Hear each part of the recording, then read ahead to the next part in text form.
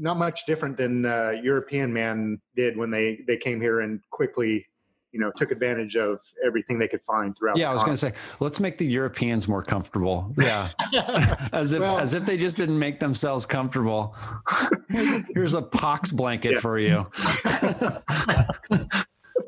Welcome to our Thanksgiving. Wonderful. That's great.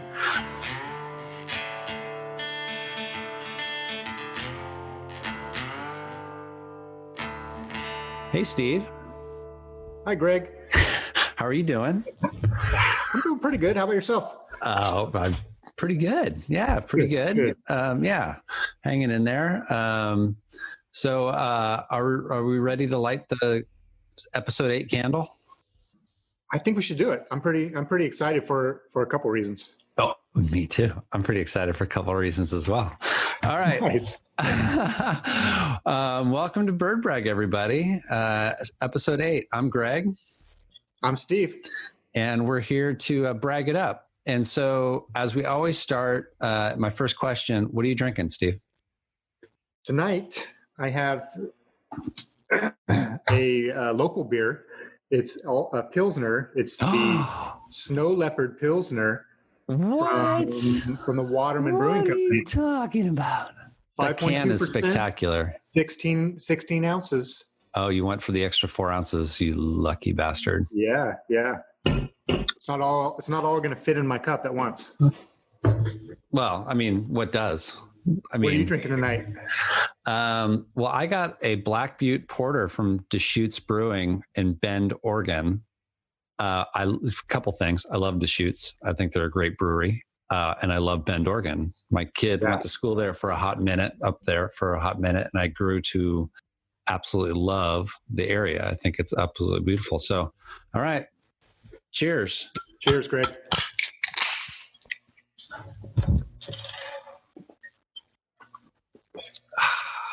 Yeah. So I'm, as we've talked about before, I'm definitely a Pilsner guy when it comes to beer. So describe the Snow Leopard Pilsner for me. It's funny because you ask me to describe birds every week, and I feel like I'm the worst descriptor in the history of man, and I'm even worse when it comes to beer. But it's maybe a little on the bitter side, even for a Pilsner, which is fine, but it's solid. I really like it. So it's got like that little hoppy kind of taste a little bit? Yeah, a little bit. Nice. Yeah, it's not exactly like Miller Lite, but it's a little more bitter. But it's solid. I mean, let's be clear. There's nothing like Miller Lite. So there's. Okay. Oh, go ahead. What were you going to say? I was just going to say height is pretty close. Height is a South Korean beer, and not only did they rip off Miller Lite's formula, they ripped off the font. Yes. On the can. And almost the name. Yes, and almost the name, 1 letter difference.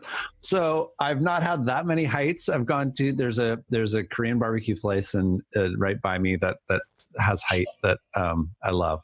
So the Black Butte Porter, solid, just delicious. It's definitely got that Guinness creaminess to it and taste. I only have 12 ounces. I didn't get the extra 4 ounces that you got. Make it a quick show. Yeah, that's fine. All right, Steve, do we have choices of what we're talking today, or did you make up your mind?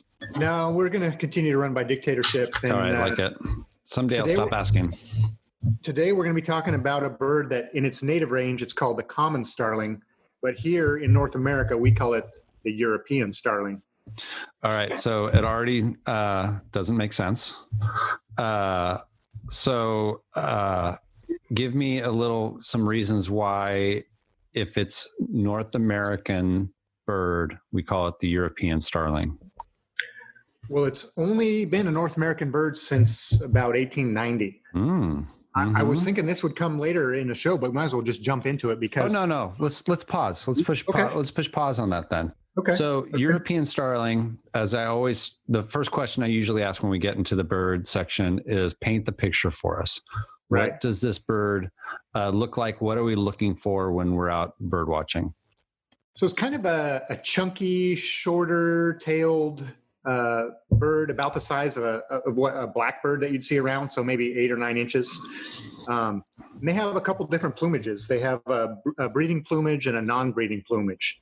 So during the breeding season, they're more, they look almost all black from a distance, but as you get closer, their feathers have a lot of iridescence to them, and especially purple and green when you get close and in the right light. And they're really actually kind of pretty. And interestingly, their bill during the breeding season turns bright yellow. And then once breeding season kind of ends, it goes back to black, and they lose a lot of the iridescence. And then their body becomes kind of covered in these little white spots. And they're actually a pretty striking bird to look at if even though most people in North America dislike them since they're not native. All right, wait, there's 2 things that I have to go. One, we talked about how much I love that iridescent hummingbird kind of sheen, whatever you want to call it. I love that. And I love like when you're not quite sure, is it purple? Is it green? Is it black? Is it what is it? So love that already about the bird. Did you say their bills change color? I did. You heard me right. So I had no idea that was even a thing. I thought your bill was your bill. That's what it seems like it should be, right? I mean, it's I don't even understand how it would change. Yeah. So they I don't know if the mechanisms are completely understood, but it's carotenoids that they get from their food, and they think it's a hormonal response that concentrates those to the bill area during the breeding season. Does it have to shed to make this happen? Does the actual color change? Is it like, I would have thought that it was more like fingernails, toenails, where it was, very different than any sort of texture and.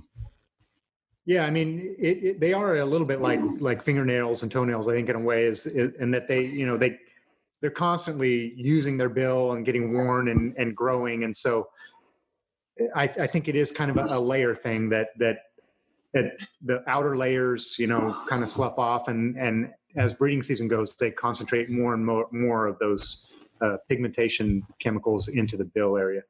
All right, so. Where I think that this is going to lead into kind of where you started of when it came here, but where would I find the European starling around anywhere? Where would we find them? Right. So their native range is almost all of Europe and across through the Middle East over to India and Northwest China. That's kind of their native range. They do migrate in the winter down to kind of the northern edge of Africa, the African continent, along the Mediterranean. But now they've been introduced into a lot of different areas. They're in Australia, South Africa, South America, but actually probably the biggest concentration of starlings anywhere in the world is actually in North America now, even though they've only been here since 1890. And so I cut you off. So how did they get here? How did they get to North America if they were European starlings? And the common this is the same bird. The common starling Correct. And the European starling are the same bird. Correct. Okay. So here we call it the European starling. And so that's what we should do since we're here and this is America, right? It's goddamn right. It's America. So like I said, they were officially kind of released in 1890, although there had been a couple unsuccessful attempts before that. Release and we have the starlings. We have Eugene Schieffelin to thank for this, or to blame. It depends on which camp you're in. So in like I said, there have been a couple unsuccessful attempts, but in 1890, he released about 60 of them in Central Park in New York. And the reason he did it, he was part of the American Acclimatization Society. And they wanted to make people from Europe feel a little more at home in the United States. And so one of their goals was to release every bird that had ever been mentioned in a Shakespearean play. And all right. So European starling, it only appears in one Shakespeare play. It's from Henry IV. And so he released those, and that time they happened to take. And so that was 1890. By the 1950s, they were found coast to coast. And so they migrated themselves. For 60 years, they were across the United States. This wasn't part of the acclimatization. This was just a natural. They just moved their butts across the Mississippi and across the Rockies, and then made it to California. Basically, they bred and were so successful that they were able to just rapidly expand their range and take advantage of the North American continent and Canada. Not much different than European man did when they came here and quickly, took advantage of everything they could find throughout. Yeah, I was going to say, let's make the Europeans more comfortable. Yeah, as if they just didn't make themselves comfortable. Here's a pox blanket for you. Welcome to our Thanksgiving. That's great. Yeah, you know what? I'm going to interject right now here because I'm going to throw my bit of Starling knowledge at you before you throw it at me. Okay. Is that a group of starlings is a murmur of starlings? Were you going to get to this? I wasn't going to get to that specifically, although I have a term that has that root in it that we're going to talk about in a little bit. And the way it's the way that they fly together when the cloud-like atmosphere that starlings will go. Is this the same sort of starling that I'm talking about that creates a murmur? It is, and often they call them murmurations, which is what I was going to say. But that was good though. That was awesome. And so actually, they and I've actually personally witnessed flocks of close to 1 million birds. I know that's kind of a hard number to wrap around on. I can't even imagine. And they typically split off into smaller kind of sub flocks, but they're doing that, and it's actually amazingly kind of calming and peaceful, right? Kind of like watching a school of fish. And so describe it. I'm going to do a terrible job to describe a murmur because I don't know if people really understand. And I'll start by saying, imagine a sci-fi movie where this cloud is like rolling and moving into that. So I don't know like how you would describe, and I can't even imagine a million starlings at this point. Well, speaking as I did before of what an amazing descriptor I am, it is a lot like a school of tropical fish. They all seem to kind of turn at the same time, although, they spread out and group up. And so when you're looking at this flock of blackbirds from far away, as they get closer together, they get darker and darker. And so they might have this dark area that moves around, and then the edges spread out and get thinner, and it's just kind of a flow to it. Yeah. You can find lots of examples on YouTube to watch. They're everywhere. It is. So here's the reason that I know about murmurations and murmur. When I was naming my business and we were trying to come up with a name that was, I'm in the communications business, marketing, advertising. One of the names that was floated out for the agency was Starling. And I loved it because this idea of these murmurations and what that can kind of mean in communication, like the way that these birds have to communicate. And I don't even know if it's verbal or not. I'm imagining it's more by sense and kind of how they do it. It's, the only thing I think of like that is when you think of sonar and bats and the way that they can move and miss and do these things. But these birds, thousands, tens of thousands, hundreds of thousands, being able to fly, and it's not a formation. It's an organic kind of living, rolling kind of thing. Yeah. Yeah. They I think they all just kind of react to the bird immediately adjacent to them. And there's no leader in this mess. Like, do you think, so they don't know, like scientifically, has this been studied do you think? It has. I don't know what answers they've come up with. I have read that when there's like a bird of prey in the area, like a peregrine falcon that kind of specializes on birds, that they'll become. You want to do peregrine falcons? Yeah, I want to do this sometime. I want to do peregrines. They come much closer to each other and kind of ball up to kind of confuse the predator, so that it's much less likely for them to be able to pick out an individual to actually catch one. Yeah, it's unbelievable. It's unbelievably cool. And I don't know, as a kid in the Bay Area, I remember seeing it and not really registering like what was going on. And in this area in Central California and North Central California, I don't know if I've seen it in a while. I don't know. Are they around this? Are they indigenous to this area? Is there a lot of starlings? Yeah, there are a lot of starlings here, and you'll see them, especially like in some of the agricultural areas, like during the winter when they are even more grouped up. They're always a pretty flocky bird. They'll be in flocks all year round, even during breeding season. But in the winter, they make these huge flocks, and they all roost together and kind of help keep each other warm and things like that. And they go out to forage around here. They go into the vineyards a lot. And you'll see them over some of the vineyards, and then in between the vineyards and their roosting sites, you'll see these huge flocks. And before they make it to their roost, they do a lot of that murmuration behavior before they get there. Are they a pest in the vineyards, or they help the vineyards? Like, what's going on there? They're a huge agricultural pest, even in their native range. But recently, people have estimated that in the United States alone, they lead to close to $1 billion worth of agricultural losses every year. Yeah. Well, fuck those birds. Yeah. Well, the other thing they do is I know you're probably getting to this soon because you love everything. You're about talking about the clutch. Yes. That was next time I know. I was like, I had to get, so here's the deal. That should have been the question before I got to the murmurations or statement. And I didn't, I jumped it. I think it's good to mix it up. All right. As long as you feel good about it. Oh, I love it. But so they're a cavity nester. So they nest in tree holes and cavities, natural cavities that you find, it sounds like a derogatory term that you would call somebody. I want to hear someone call someone a cavity nester. Yeah. I mean, it could be, for sure. I can't do a good Scottish accent, but I feel like that would be a really good Scottish slur in a pub. And so bit of a cavity nester. That was more Australian.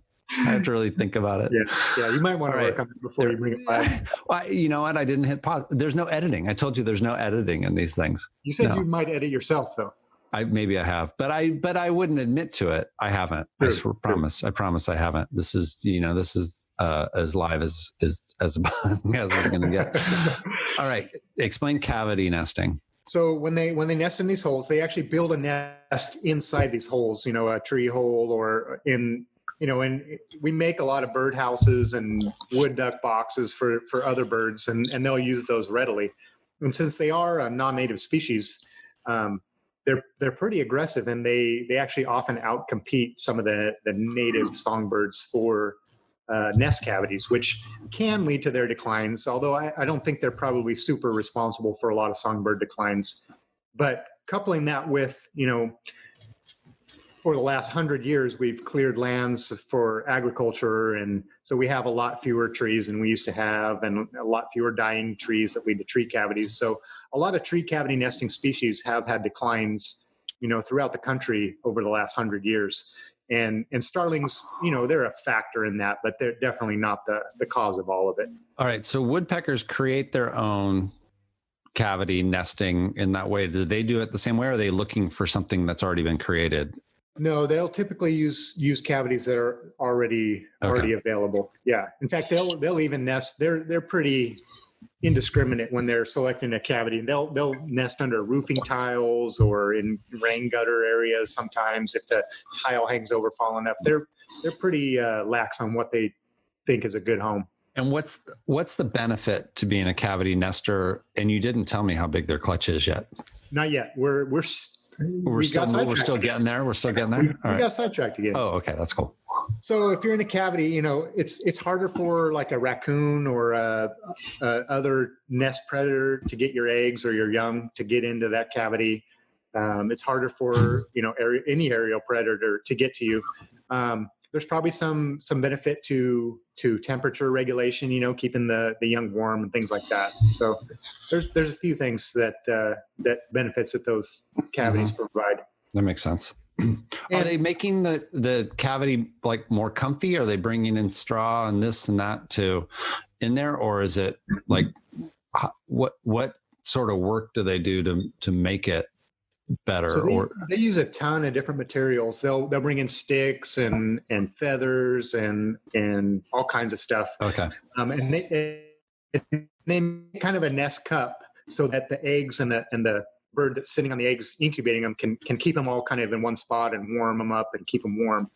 And so it is just kind of a way to keep everything kind of in a small compact area rather than just scattered about the floor of the cavity where willy-nilly, if you will. Yeah. Well, I mean, willy-nilly is one of the best terms ever. So I love willy-nilly. You're going to make me ask a second time? How big are these? I mean, it might be a third time I'm asking. How big is their clutch, Steve? Oh, the clutch size. So they typically lay anywhere from 3 to 6 eggs. The ones I've seen are on the higher end of that usually. Mm-hmm. And they'll have 1 to 3 of those a year, usually kind of dependent on latitude. Like the northern birds, they'll probably only be able to get 1 clutch in, and more southern birds can get 2 or 3. And the eggs are about 1 inch and a half long, and they that seems like a pretty big egg for an 8 to 9 inch bird. Yeah, I mean, it's a decent size. I don't imagine it feels too good coming out. But they're usually kind of either a pale green or a nice blue, kind of like a robin egg. They can be pretty colorful, so they're a pretty egg to look at. So, I mean, again, we talk about them in big groups and their murmurations. Am I going to see any of these guys on their own? Or are they always together? Like, is it like what am I looking for when I'm trying to spy a starling, a common starling, sometimes called or often called a European starling? So in the winter, obviously you're going to be looking for these big flocks. They're never by themselves. Okay. But in the breeding season, and when the males are kind of selecting territories and things like that, even though they can even nest kind of in loose colonies all together. But that's the time when you might see them by themselves. Mm-hmm. And especially like when they're foraging for food to feed their young, they're basically a constant stream back and forth to get food for the nest, going back and forth. And then they'll be one at a time. And so they're kind of like I said, when you see them flying, you don't see the iridescence or anything like that. They look like just a nondescript black bird. Right. But one of the keys to picking them out, most birds you see, they what their wings look like. Starling wings are quite a bit different. They're kind of triangular, and so they come down and to a point, and then straight on the bottom or back edge of the wing. And so once you kind of key in on that and have seen it a few times, it's actually really easy to identify them in flight, even from a long ways away, just by the wing shape. All right. So we agree. We love starlings. Did you disagree with that? Only in their native range. I love starlings. You always ask me like, what's my favorite bird? And I tell you, they're all my favorite. This is one of the exceptions to that rule, Greg. Okay, so why did you pick this bird then? Okay, because you hate this bird. You want people to hate this bird. You brought it to us to hate on the bird. I don't hate the bird, Greg, but I think we talked about my philosophy a little bit in one of the earlier podcasts. I like to kind of try to keep things a little bit like they were before European man was here. And of course, this is an introduction. They shouldn't be here. They shouldn't be here. You're a NIMBY. But you know what a NIMBY? You know what a NIMBY is? Oh, not in my backyard, Greg. But they're amazing birds, and they're very intelligent. And but if you had your druthers, they would never have stepped foot on North America. Then they would have stayed where they. You can bet I'd be excited to see them on my European vacation. So then when you travel, there's something special. I totally get it. All right. Yeah. So anything to wrap up our starling adventure that you want to mention? So they do a variety of songs, clicks and whistles, and they're really great mimic. All right. So they mimic other birds a lot of the time. In fact, they are commonly kept as pets, and they can learn to talk. In fact, there's a story that Mozart, the famous composer, actually never heard of saw him. One in pet store, and you've heard of him? Never heard of him. Oh, never heard of him. Okay, yeah. I was going to say that he's kind of obscure. Okay, and he was in a pet store and heard one that had memorized a few bars of a song that he had composed about 6 weeks ago. And so he bought it and apparently got super attached to it. And like 3 years later it died. And I guess he had like a funeral for it. And it was, like your kids would do, right? Yeah. And, but so people keep put it in a shoebox. Dug a hole. Yeah. Yeah. Probably your dog digs it up 5 days later. But you don't tell the kids. And then you flush it down the toilet. Mozart. I know Mozart's story so well. I've read it. I've seen Amadeus so many times. Yeah, as long as you've seen Amadeus. Oh, as long as you've seen Amadeus. Yeah, they talk about it. If you guys haven't seen Amadeus, make sure you watch it for the Starling scenes. It's pretty dramatic. I doubt many of our millennial podcast audience has seen Amadeus. Oh, what a movie. What a movie. I loved it. What a movie. Do you have a call for us? Yeah, let's pull that up right now. Yeah, that'd be great. Do you remember the password on my phone? It is password, right? Your password is password? Password 1. Yeah, that's it. Password 1. So there's a couple. Wait, no.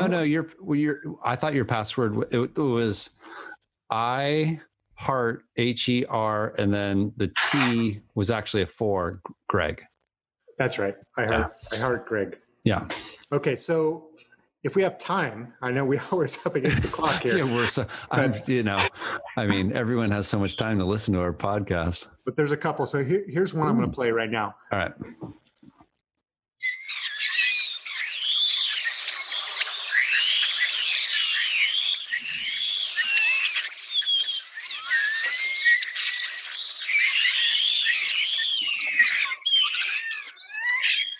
There's a lot going. There's a lot to unpack. There's a lot to unpack there. That's actually more than one Starling, as you probably guessed. But that's kind of what you hear a lot of times. Just all these weird clicks and whistles, kind of metallic sounding, and it's just kind of a. And so based on what you're talking about, then, but if it's a mimic, you're going to have different regional sounds of Starlings, and based on they're going to be very impacted from what's around them. So. I'm just guessing if they're around a construction site, you will get differences, but they have a lot of kind of commonalities to them that aren't what I would call just the mimics. They're not as much like a mockingbird, which kind of does mimic after mimic after mimic after mimic that in a row. But they can learn new songs and words and things like that. I love it. Yeah. All right. You have any last bits on the Starling? The last thing I was going to bring up is they have a feeding technique that was first described by a German biologist or naturalist. Mm-hmm. And my German is a little rusty. It's a little suspect. But I'm going to try to pronounce this word. All right. So he called it Circlen. How's my German?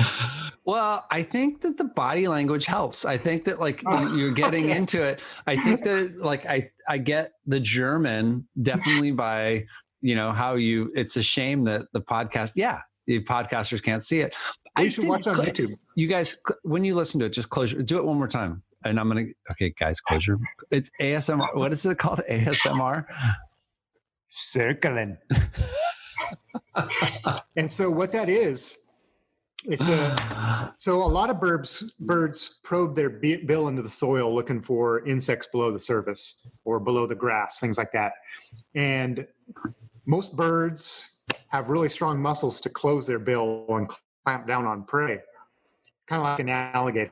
That's the whole thing. You could supposedly hold an alligator's mouth shut, but they have incredible strength to close it.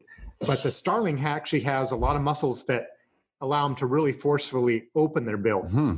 And so this circling is they probe their bill into the ground and forcefully open it to try to probe even further for these insects that might be or other prey that might be below the ground. And so interestingly, that German word is also kind of a similar word to the word they use to widen holes in plastic bags. Okay. So that's kind of where it came from. And I think Zirkel is circle maybe. So, all right. So, but we have I think we just created a new segment on Bird Brag. That's Steve doing ASMR. So we're going to take and I want you to take your time with it. I want 3 in a row. I went 3 in a row, and I really want the listeners to feel it. Okay, you ready? Right now? Yeah, right now. Yeah, this is the new segment. Okay, guys, here it is. Our new segment, ASMR with Steve. Circling.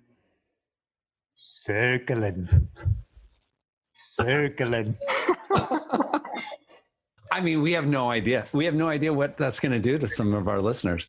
I mean, this could be. I mean, the feedback. I mean, guys, if you felt anything, we really want to encourage you to tell us this. So you birdbrag@gmail.com or go to our Insta. You'll find us easy at birdbrag. But yeah, I like this new segment a lot. Well, and the other people I really want to hear from on this is our German listeners. Yeah. Oh, what a pronunciation. I mean, yeah, I'm sure they're probably going to be offended, but I want to hear it. Before we get to Greg's 5. All right, I'm going to cut you off real quick. Yeah. Any update on episode 7, our photo that was sent in to try to figure out what bird was sitting on the top of his head?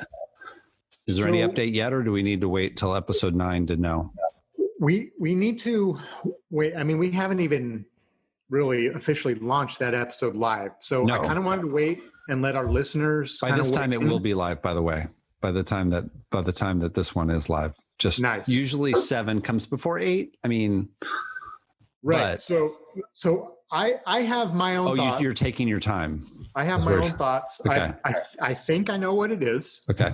So how about by episode 9 we have maybe not the definitive answer. I want your answer of what you think that is, and we'll be able to update people with what's going on with that. Does that sound like a deal? I like it. We'll put it on the gram. Yeah, on the gram after the release of episode 7. Okay, we'll get some responses. I'm sure everyone will be in on it, especially our German listeners. All right, it's time for Greg's 5. I get 5 minutes. So today I'm going to talk about Peter Beard. Do you know who Peter Beard is? I don't, Greg. Okay, so Peter Beard, he recently just passed away. He is most famous for his book, The End of the Game. And I'm going to read you his obit from the Guardian. Both the New York Times and the Guardian both did a good job, but I think the Guardian really sums it up. So I'm going to read just the first couple of paragraphs. And the Sean O'Hagan wrote the obit, and the title says, Peter Beard, reckless playboy, photographer whose life was as wild as his work. And here's how it starts. He got trampled by elephants, swam in crocodile-infested waters, and was painted by Francis Bacon while making images revealing man's plunder of the natural world. The American writer Bob Coelho once described the young Peter Beard, who has died at age 82, as half Tarzan, half Byron, neatly encapsulating the larger-than-life charisma of an artist whose reputation for adventure and excess often overshadowed his creative talent. As a 2007 Vanity Fair profile put it, quote, whether he's at a New York nightclub or deep in the African wilderness, world-famous photographer and artist Peter Beard is surrounded by drugs, debt, and beautiful women. Born into considerable wealth and privilege in New York, Beard was a photographer whose love for African wilderness and its fragile ecology was first expressed in his book, The End of the Game, a 1965 photo book that now seems extraordinarily prescient. It comprised beautiful but heart-rendering images that laid bare the fate of thousands of starving elephants, rhinos, and hippos in the Tsavo National Park in Kenya. How awesome is that? That's beautiful. So he was a controversial conservationist before people even knew what that term was. He was born in New York, living in Africa, and watching these elephants starve themselves, and rhinos. And what he was for pro hunting in a very, what's the word I'm looking for? He was pro thinning the herd to save the species. And so I'm going to show Steve a couple photos, and I want really encourage you guys to look at this. But this was early in his book, and if you could tell, look how many elephants are in this just one photo from a helicopter. Those aren't little dots or mice. Those are hundreds and hundreds and hundreds of elephants that were there. And then he became friends with Karen Blixen, who wrote out of Africa under the pseudonym Isaac Denison. And back then in the turn of the century, of course, women weren't supposed to be writing, and they're not supposed to be this brazen, and there's some really touchy subjects in the book. And so he became great friends with her and has these great stories. And what's interesting about his art and photography is you do these journals, and these journals were a mix of photos and drawings and poems and these thoughts. And there's a really famous photo of him writing in his journal as half of his body, the lower half of his body, lay in this crocodile. And it was as if this crocodile was eating him as he's like laying on the ground in Africa, scribbling. It's like an amazing photo. It's not in this book. And so here's another photo of him laying on hundreds and hundreds and hundreds of zebra pelts that I'm showing Steve. And so I bring him up because he recently passed. He was suffering from dementia. He went missing I think it was in New England somewhere on March 31st, and they didn't find his body until April 19th or something like that. But it was just that book. It was just hugely impactful for me because it's these thoughts and controversial, and what he was trying to say was to save the environment, you need to make hard decisions. And then he would be doing these amazing photojournalist deep thoughts, and then you would see him at Studio 54 the next week partying. And he was married to supermodels through his life, and he's just this really handsome, rugged guy. So I encourage all of our listeners to pick up The End of the Game in honor of Peter Beard. So that's Greg's 5. All right, Steve, what did we learn today? Oh, cheers. We're going to cheers to that. Cheers. Cheers to Peter Beard. All right. What did we learn today? We learned that the common starling is called the European starling in North America. Right? Okay. Oh, show. This guy's 8-9 inches big, but and there's 2 plumages. She's got a breeding and a non-breeding plumage. I got that right? You got it. Okay. And that the first released for North America in Central Park by whom? I forget whom. I didn't have that. Schieffelin. We know about Murmurations. We know how much we love Murmurations and what they're very peaceful. Very peaceful. They're what nesters? They're cavity nesters. Yeah. You love a good cavity search. And they're mimickers. What was the bird in Hunger Games? The Mockingjay. That's what I think of. That's what I think of when you said it. I immediately thought of the Mockingjay. Yeah. And they have a unique feeding technique called the circling. I think that's it. I think we wrapped it up. That was a good episode. I didn't know what was going to happen there, but I think it went a lot of good directions. You think we entertained people to hang on? This is our longest episode by far. That's what I was thinking. It might be a 2-parter, maybe. I don't know. Can we do that? Oh, we could. The question is, are we going to do that? So no. Okay. The question. We listen to it in 2 different days. That. Well, I think we did it all. I think we said it all. I love it. It was great. All right. Well, have a great rest of your day, Steve, and enjoy the next beer. Are you going to do another Snow Leopard? I think I'm gonna Mix it up. I think I'm gonna go to Miller Lite after this. I think I am too. I want to save that. I'm gonna save the other Snow Leopard for Alicia. I think one of the benefits to this podcast is I'm drinking a lot of different stuff. I'm trying to mix it up. So if I'm being completely honest, one of our listeners emailed us and big podcast fan, but was a little concerned about how much we drink. So I made sure to assure him that we definitely drink far less when we're doing this podcast than we ordinarily would.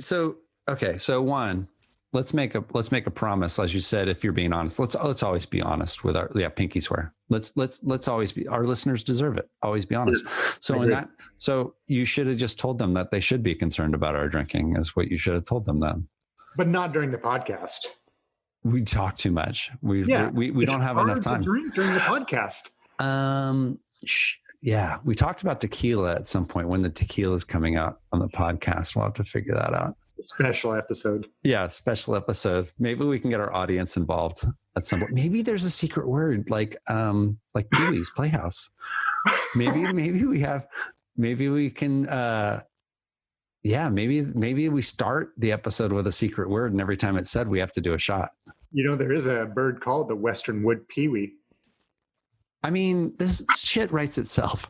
We don't even need a host for this stuff. I mean, the peregrine. We talked about peregrines. Yeah. I mean, briefly mentioned. Well, and then Pee-wee. Someday we're going to be revisiting Snow Leopard. Okay. When we veer off birds again, when we get tired of birds. Right. Okay. Which is never. No. I mean, how do you never going to get tired of birds? Yeah. Hopefully you cut this about 5 minutes ago. No, it's still going. I mean, this is just, everyone keeps waiting for the music. I mean, I swear he's going to play it at some point. All right, buddy. We're calling it quits. All right. See you, Greg. See you, bud.